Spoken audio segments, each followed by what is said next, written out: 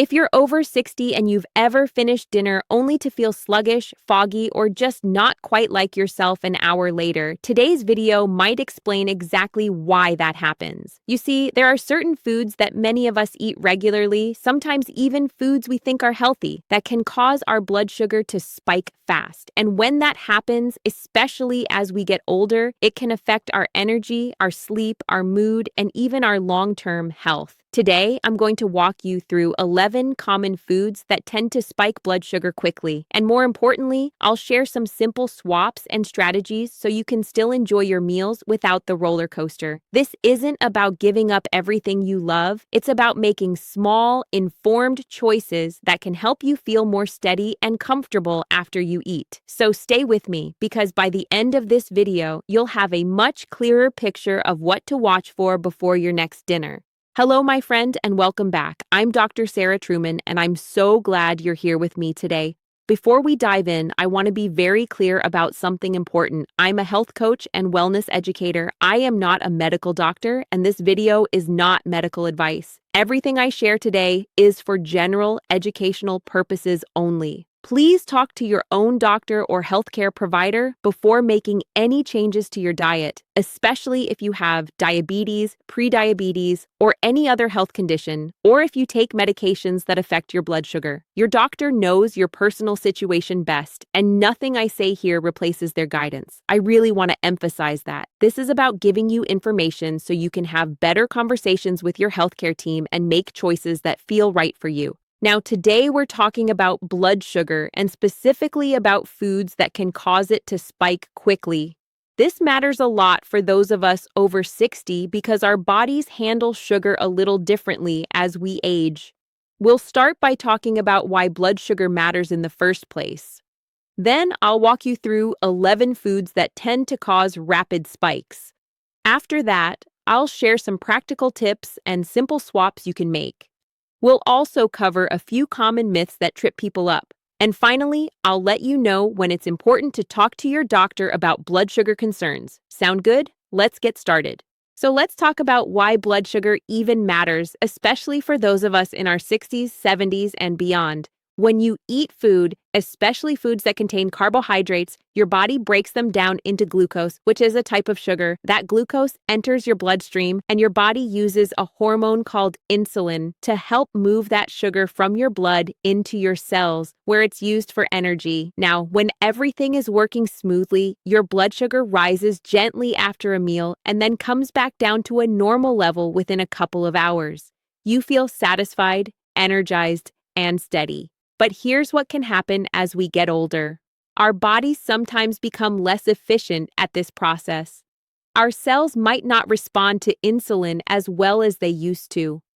This is something researchers call insulin resistance, and it becomes more common with age. When that happens, sugar can stay in your bloodstream longer than it should, leading to higher blood sugar levels. Why does this matter for how you feel day to day? Well, when your blood sugar spikes quickly and then crashes, you might notice things like feeling tired after meals, having trouble concentrating, feeling hungry again soon after eating, or even feeling irritable or moody. Over time, if blood sugar stays elevated frequently, it can put extra stress on your body in ways that affect your heart, your kidneys, your eyes, and your overall vitality. Now, I'm not saying this to scare you, not at all. The good news is that the foods we choose can make a real difference in how our blood sugar behaves. Some foods cause a rapid spike because they're digested very quickly. Other foods are gentler on blood sugar because they're absorbed more slowly. And today, we're going to focus on identifying those fast, spiking foods so you can make informed choices. Everyone's body is different, and what affects one person strongly might affect another person less. But in general, the foods I'm about to share tend to raise blood sugar quickly for most people. Let's start with the first food that often surprises people because it seems so harmless, and that's white bread. White bread is made from refined flour, which means the outer layers of the wheat grain have been stripped away.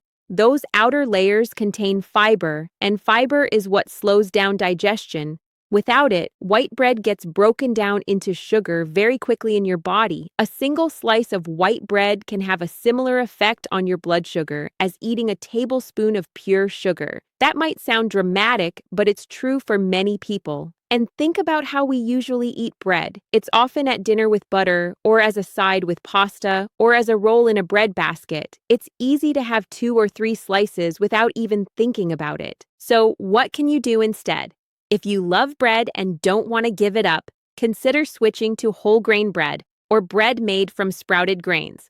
Look at the ingredients and make sure the first ingredient says whole wheat or whole grain. Some breads are labeled wheat bread but are actually mostly refined flour with a little whole wheat added for color. The real whole grain versions have more fiber, which slows down how quickly the carbohydrates turn into sugar. Another option is to eat smaller portions of bread and pair it with protein or healthy fat, like a slice of cheese or some avocado. This combination helps slow down digestion and can reduce the spike. You don't have to give up bread entirely. Just be choosy about the type and the amount. Small changes like this can make a noticeable difference in how you feel after dinner. The second food I want to mention is white rice. Now, rice is a staple food for millions of people around the world, and there's nothing wrong with enjoying it. But white rice is another refined grain, meaning the outer husk and bran have been removed. What's left is mostly starch, which your body converts to sugar very quickly. A cup of white rice can raise blood sugar quite a bit, especially if it's eaten on its own or in large portions. This is something many people don't realize because rice doesn't taste sweet. It feels like a neutral, healthy food. But to your blood sugar, it acts a lot like sugar. Here's what can help. If you enjoy rice, try switching to brown rice, wild rice, or even cauliflower rice if you're open to it. Brown rice still has its fiber-rich outer layer, so it digests more slowly. Another helpful trick is to let your rice cool down after cooking and then reheat it before eating. This might sound strange, but research suggests that cooling and reheating rice changes its starch structure in a way that makes it slightly gentler on blood sugar. It's not a miracle fix, but every little bit helps. You can also reduce your rice portion and add more non-starchy vegetables to your plate to fill you up without adding extra sugar load. Think of rice as a side dish rather than the main event. The third food is regular pasta, the kind made from refined white flour. Just like white bread and white rice, regular pasta is quickly broken down into glucose, and the portions we typically eat can be quite large. A plate of spaghetti at a restaurant might contain 3 or 4 servings worth of pasta. That's a lot of carbohydrate hitting your bloodstream at once. Now, I'm not here to tell you to never eat pasta again. That's not realistic for most people, and food is meant to be enjoyed. But there are some ways to make pasta gentler on your blood sugar. First, you can try whole wheat pasta or pasta made from legumes like chickpeas or lentils. These options have more fiber and protein, which slows digestion. Second, cook your pasta al dente, which means slightly firm rather than soft. Pasta that's cooked less has a lower glycemic impact, meaning it raises blood sugar more gradually. Third, keep your portions reasonable and load up your plate with vegetables and a good protein source. A pasta dish with lots of tomatoes, spinach, peppers, and some grilled chicken will affect your blood sugar differently than a plate of plain pasta with butter. Again, it's about balance and making smart additions rather than giving up what you love. The fourth food is one that many people don't think about, and that's instant oatmeal. Now, oatmeal in general is often considered a healthy breakfast choice, and it can be. But instant oatmeal is highly processed. The oats have been pre-cooked, dried, and rolled very thin so they cook quickly. That also means they're digested very quickly. Many instant oatmeal packets also have added sugar, sometimes quite a lot of it. When you eat a packet of flavored instant oatmeal, your blood sugar can spike just as it would with a sugary cereal. If you enjoy oatmeal, a better choice is steel-cut oats or old-fashioned rolled oats. These take longer to cook, but they're digested more slowly and have a gentler effect on blood sugar. You can make a batch ahead of time and reheat it during the week if mornings are busy. Add some nuts, seeds, or a small handful of berries for flavor instead of sugar. The combination of fiber, protein, and a little healthy fat will help keep your blood sugar steadier and keep you feeling satisfied until lunch. The fifth food is breakfast cereal, especially the sweetened kinds, but even many of the ones marketed as healthy. Most commercial cereals are made from refined grains and contain added sugars. Even cereals that advertise whole grains often have sugar as the second or third ingredient. A bowl of cereal with milk in the morning can cause a significant blood sugar spike, and then you might find yourself hungry and reaching for a snack by mid-morning. If cereal is your go-to breakfast, look carefully at the nutrition label. Choose cereals that have less than 5 grams of sugar per serving, and that list a whole grain as the first ingredient. Better yet, consider other breakfast options like eggs, plain Greek yogurt with a few nuts, or the slow-cooked oatmeal we just talked about. These options provide protein and fiber that help keep blood sugar steady. You don't have to make the switch overnight. Even alternating between cereal and a protein-rich breakfast a few times a week can help. The sixth food is fruit juice. Now, fruit is healthy, right? Yes, whole fruit is wonderful, but fruit juice is a different story. When fruit is juiced, the fiber is removed and what's left is mostly sugar and water. A glass of orange juice can contain as much sugar as a glass of soda. And because there's no fiber to slow things down, that sugar hits your bloodstream very quickly. Many people drink juice in the morning thinking it's a healthy choice, not realizing it's spiking their blood sugar first thing in the day. If you enjoy the taste of fruit juice, try diluting it with water, half juice and half water, to reduce the sugar load. Or better yet, eat the whole fruit instead. An actual orange has fiber that slows the absorption of its natural sugars. The same goes for apple juice versus eating an apple. You'll feel more satisfied from eating the fruit and your blood sugar will stay more stable.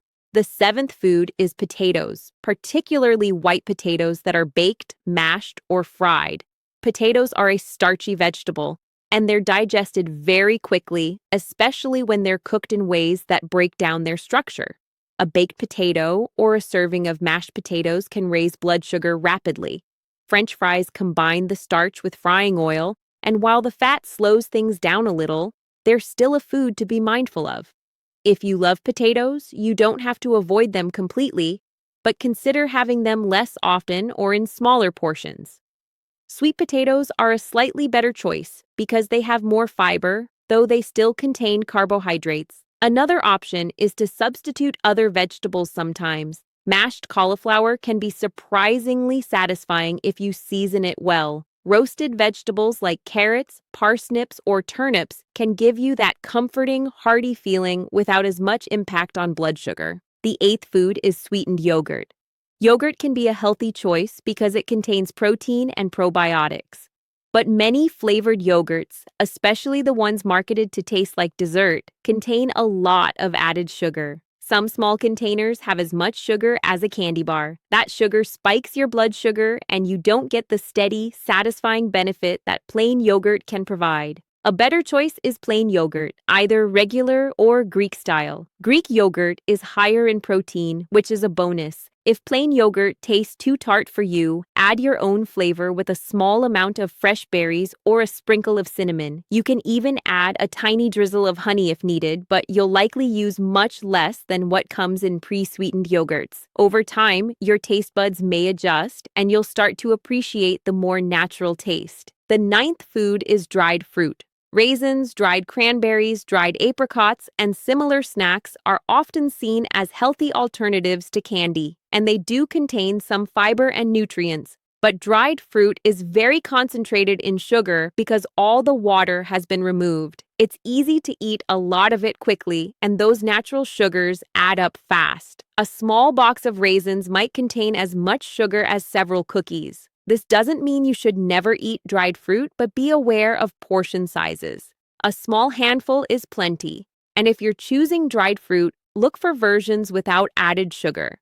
Many dried cranberries, for example, are sweetened with extra sugar during processing. Reading labels carefully can help. Fresh fruit is almost always a better choice because it has more water and bulk, which helps you feel full while consuming less sugar overall. The 10th food is white flour baked goods like muffins, pancakes, waffles, and pastries. These are breakfast favorites for many people, but they're typically made from refined flour and contain significant amounts of sugar. A large bakery muffin can have more sugar than a cupcake. Pancakes and waffles, especially with syrup, can send blood sugar soaring and then crashing. If you enjoy these foods, try saving them for occasional treats rather than everyday choices. When you do have them, keep portions small and pair them with some protein, like eggs or a handful of nuts, to blunt the blood sugar effect. You can also experiment with recipes that use whole grain flour or add protein powder to pancake batter. There are many creative ways to enjoy similar foods with less impact on blood sugar if you're willing to try new versions. The 11th food, and this one might surprise some people, is certain condiments and sauces. Ketchup, barbecue sauce, teriyaki sauce, and many salad dressings contain added sugars that can add up quickly.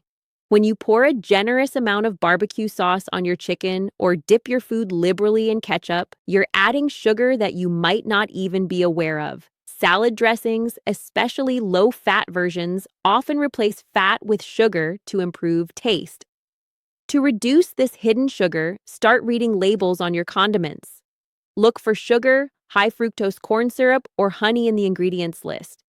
Consider using smaller amounts or choosing versions with no added sugar. You can also make your own simple dressings at home with olive oil, vinegar, mustard, and herbs. It takes just a minute and gives you complete control over what goes into it. These small changes might seem minor, but condiment sugars add up over the course of a day and a week. Now, before we go further, I want to clear up a few common misconceptions that I hear often. The first myth is that you need to avoid all carbohydrates to keep blood sugar healthy.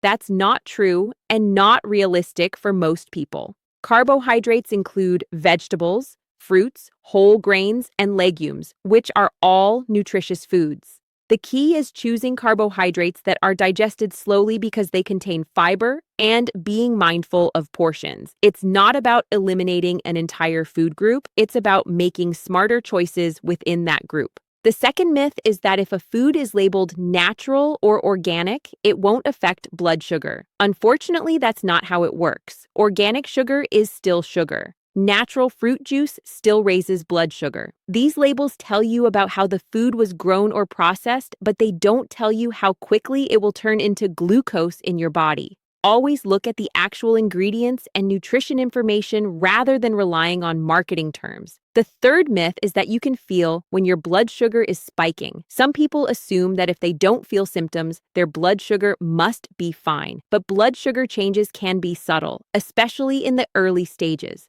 Many people with elevated blood sugar don't notice any symptoms at all. That's why it's important to work with your doctor and have regular checkups if you're concerned about blood sugar. Don't rely solely on how you feel. While we're talking about working with your doctor, let me mention some situations where it's especially important to seek medical guidance. If you've been told you have prediabetes or diabetes, please work closely with your healthcare team on managing your blood sugar. The tips in this video can complement their advice, but they shouldn't replace it. If you're experiencing frequent extreme thirst, needing to urinate much more often than usual, unexplained weight loss, blurry vision, or wounds that are slow to heal, these could be signs of a blood sugar problem that needs medical attention. If you ever feel confused, extremely tired, or unwell in a way that concerns you, trust your instincts and see a healthcare provider. It's always better to have something checked and find out it's nothing than to ignore a warning sign. Let's take a moment to recap what we've covered today. We talked about why blood sugar matters for those of us over 60 and how our bodies may handle sugar differently as we age. Then we went through 11 foods that tend to spike blood sugar quickly. Those were white bread, white rice, regular pasta, instant oatmeal, sweetened breakfast cereals, fruit juice, white potatoes, sweetened yogurt, dried fruit, refined flour-baked goods like muffins and pancakes, and hidden sugars in condiments and sauces.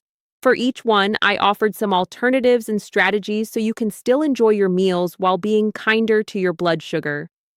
We also cleared up some common myths and talked about when to see your doctor. Remember, you don't have to change everything overnight. That's not realistic, and it's not sustainable. Start with 1 or 2 small changes that feel manageable. Maybe you'll switch from white bread to whole grain, or you'll try diluting your morning juice with water. Maybe you'll start reading condiment labels or experimenting with plain yogurt instead of sweetened. Small steps add up over time. Be patient with yourself and celebrate the progress you make. Everyone's body is different, and what works perfectly for one person might need adjustment for another. The goal is to pay attention to how different foods make you feel and to work with your healthcare team to find what's right for you. If you found this video helpful, I'd be so grateful if you'd give it a thumbs up. It helps other seniors find this information too, and I truly believe it can make a difference in how people feel. If you're not subscribed yet, I'd love for you to join our community.